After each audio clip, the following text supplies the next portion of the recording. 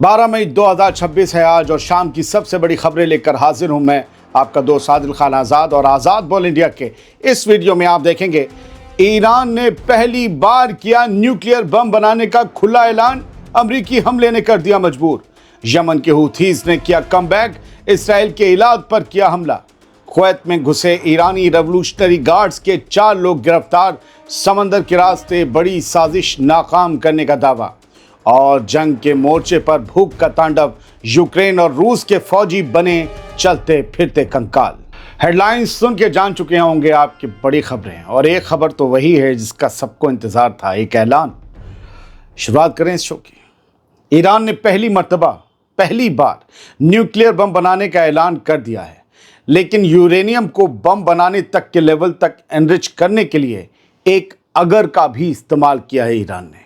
12 मई 2026 की दोपहर या शाम आई इस हंगामा मचा देने वाली खबर में उस अगर का इस्तेमाल क्यों किया गया है, आइए समझते हैं। ईरानी पार्लियामेंट की नेशनल सिक्योरिटी और फॉरेन पॉलिसी कमीशन के स्पोक्स पर्सन इब्राहिम रज़ाई ने साफ साफ लफ्जों में कह दिया है कि ईरान अब एटमी हथियार के मुहाने पर खड़ा है। इस बेहद सख्त वार्निंग की अहम बातें ये हैं कि इब्राहिम रज़ाई ने एक्स पर पोस्ट करते हुए साफ कहा कि अगर ईरान पर दोबारा हमला हुआ अमेरिका इसराइल की तरफ से, तो वो यानी ईरान यूरेनियम को 90% तक एनरिच कर सकता है। ये वही लेवल है दोस्तों जो सीधे तौर पर एटमी हथियार न्यूक्लियर बम बनाने के लिए ज़रूरी होता है, 90% एनरिचमेंट। इस अगर का मतलब साफ है कि ईरान ने अब गेंद अमेरिका के पाले में डाल दी है कि तुम हमारे यहाँ मिसाइल और बम से धमाका करो, हम न्यूक्लियर बम से धमाका करेंगे। दोस्तों, ये ऐलान ऐसे वक्त में आया है जब अमेरिका के सदर डोनाल्ड ट्रंप ने मंडे को ही कह दिया था कि सीज फायर अब लाइफ सपोर्ट पर है, आखिरी सांसें गिन रहा है, टूट सकता है। ट्रंप ने ईरान के अमन के प्रपोजल को बेवकूफ़ाना बताकर ठुकरा दिया, जिससे जंग दोबारा शुरू होने का खतरा बढ़ गया और ईरान की तरफ से ये अल्टीमेटम आ गया। जानकारों के मुताबिक ईरान के पास पहले से ही 60% तक एनरिच किए गए यूरेनियम का करीब 400 किलो का ज़ख़ीरा मौजूद है। यहाँ से 90% तक पहुँचना सिर्फ एक छोटा सा टेक्निकल कदम है। अमेरिका की इंटेलिजेंस रिपोर्ट भी मानती है कि जब तक ये ज़ख़ीरा ईरान से बाहर नहीं निकल जाता, तब तक ईरान का न्यूक्लियर प्रोग्राम उसके दुश्मनों के लिए एक बड़ा खतरा बना रहेगा। फिलहाल डोनाल्ड ट्रंप इस बात पर अड़े हुए हैं कि ईरान अपना सारा हाईली एनरिच्ड यूरेनियम मुल्क से बाहर भेजे, जबकि ईरान इस मसले पर अभी भी बात करने को तैयार नहीं है। ट्रंप ने पिछले साल की जंग में ईरान के कई ठिकानों को तबाह करने का दावा किया था, लेकिन ईरान की ताज़ा धमकी बता रही है कि उसकी कमर अभी टूटी नहीं है, उसका यूरेनियम उसकी गिरफ्त में है और वो बम बना सकता है।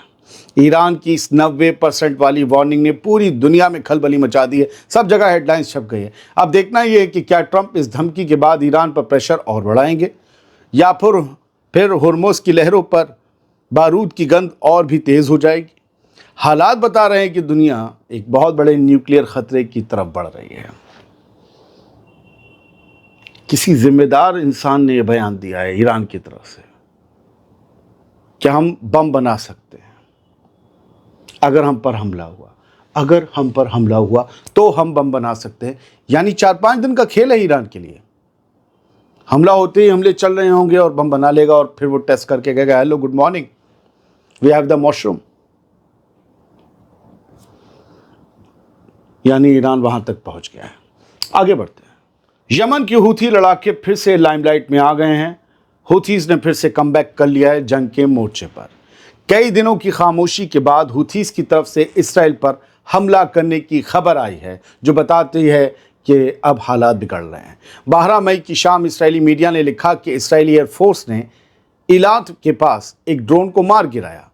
इस हमले और इसके असर की अहम बातें ये हैं कि इसराइली डिफेंस फोर्सेस के मुताबिक, IDF के मुताबिक, ये ड्रोन ईस्टर्न साइड से आया था, यानी यमन की तरफ से, जिसे इसराइली एयरफोर्स ने इलाज शहर के करीब इंटरसेप्ट कर लिया, हवा में मार कर गिरा दिया।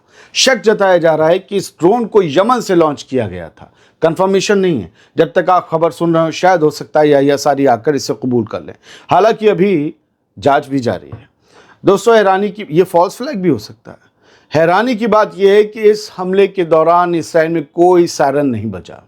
फौज का कहना है इसराइल की कि प्रोटोकॉल के मुताबिक सायरन की ज़रूरत नहीं समझी गई। पिछले महीने ईरान और लेबनान के साथ हुए सीज़फायर के बाद इलाद पर यह पहला ड्रोन हमला है। जानकारों का मानना है कि हूथी लड़ाकों का ये एक्शन डोनाल्ड ट्रंप की तरफ से ईरान को दी जा रही लगातार धमकियों का नतीजा हो सकता है। ईरान और इसराइल के बीच जब से तानातनी बढ़ी है, यमन के इन लड़ाकों ने एक बार फिर इसराइल को निशाना बनाना शुरू कर दिया है। ये खबर 12 मई की शाम 5:15 बजे ब्रेक हुई, वीडियो आए और मैंने आपको आप तक जल्द से जल्द पहुंचा दी। अभी इसमें डेवलपमेंट, जिम्मेदारियां होना या फॉल्स फ्लैग, ये सब फॉल्स फ्लैग इधर नहीं होगा, इसराइल की तरफ नहीं होगा, वो तो अरब मुल्कों में ही होता है। ये कुछ है, और अगर हूथीस इसमें वाकई कूद गए हैं इस मामले में, तो आप समझ लीजिए कि जंग छिड़ने वाली है, क्योंकि सीज़फायर तो चल रहा, तो उन्हें अटैक करने की क्या जरूरत है? कुछ तो हुआ है, किसी चीज़ का तो सिग्नल मिला है। आगे बढ़ते हैं। ईरान और कुवैत के बीच टेंशन जोर पकड़ सकती है। ईरान की रेवोल्यूशनरी गार्ड्स कॉर्प्स यानी IRGC से जुड़े 4 लोगों की गिरफ्तारी के बाद कुवैत में हंगामा मच गया है। कुवैत की न्यूज़ एजेंसी कुना के मुताबिक 12 मई के दिन कुवैत की नेवी और आर्म्ड फोर्सेस ने समंदर के रास्ते घुसपैठ करने की एक बड़ी साजिश को नाकाम कर दिया है।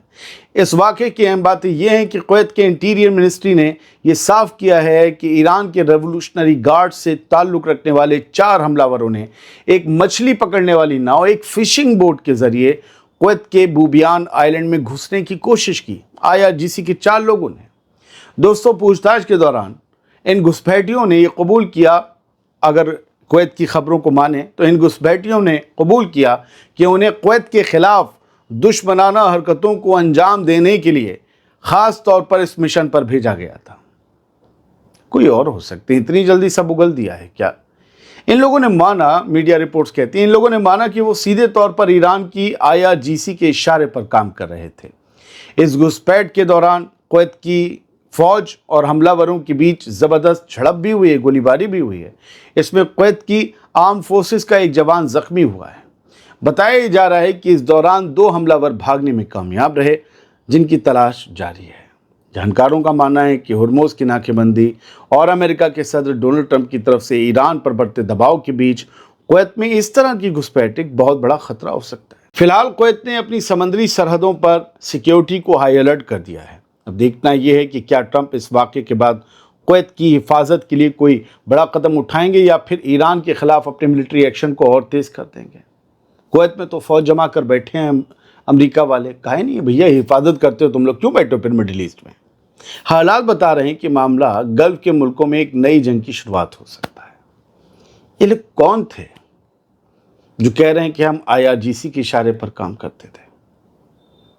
ऐसा ही है या एक बहुत बड़ा प्लॉट तैयार हो रहा है कहीं और बैठकर?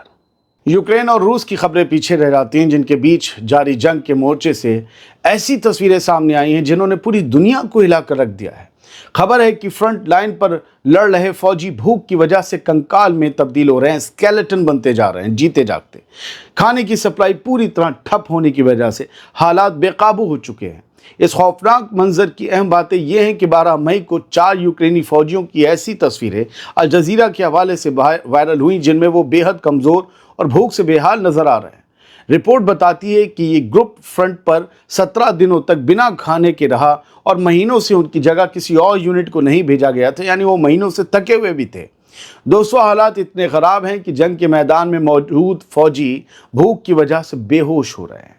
14वीं मैकेनाइज्ड ब्रिगेड में तैनात एक यूक्रेनी फौजी की बीवी ने सोशल मीडिया पर बताया कि फौजी भूख मिटाने के लिए बारिश का पानी पीने पर मजबूर हैं।